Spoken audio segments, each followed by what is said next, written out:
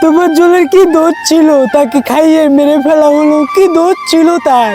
সে তো চোর ছিল না, সে তো মানসিক রোগী ছিল। তাহলে তাকে কেন মেরে ফেলা হলো? এই নির্মম মৃত্যু আজ আমাদেরকেই কাঁদাচ্ছে, আর তার পরিবার তাহলে কিভাবে থাকবে? তোফাজ্জলের মা, বাবা, ভাই সবাই মারা গেছে। তার নিজের বলতে শুধু তার একটা ভাবি ছিল। আজকে যদি তার মা বাবা বেঁচে থাকতো তাহলে হয়তো তারা নিতে পারতো না, তাহলে হয়তো তারা এটা দেখতে পারতো না। একটা সন্তানের এত নির্মম মৃত্যু তার মা বাবা দেখতে পারতো না।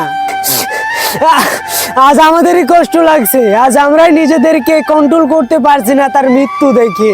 সে কি ভুল করেছিল সেই ক্যাম্পাসে ঢুকে যে তাকে চোরের অপবাদ দেওয়া হলো? সে তো মানসিক রোগী ছিল।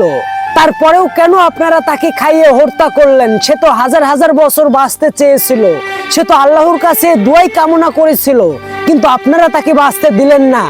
এই মৃত্যু আমাদেরকে কাঁদায়, এই মৃত্যু বাংলায় ইতিহাস হয়ে থাকবে। যদি এটাই হয় আমাদের সমাজ, যদি এটাই হয় আমাদের নীতি, তবে এই শিক্ষা আমরা চাই না। কবিগুরু বলেছিলেন, মূর্খের দেশে কিসের বিশ্ববিদ্যালয়? সেটা আজকে বুঝতে পারলাম তিনি কেন এই কথা বলেছিলেন। কিছু কিছু মানুষের জন্য বাঙালি হিসেবে আমাদেরকে লজ্জিত মনে হয়।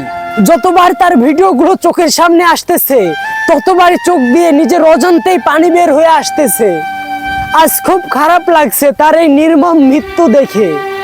তার জন্য দোয়া করেন, সে যেন জান্নাতবাসী হয়, আল্লাহ যেন তাকে বেহেশতে ঠাঁই দেয়।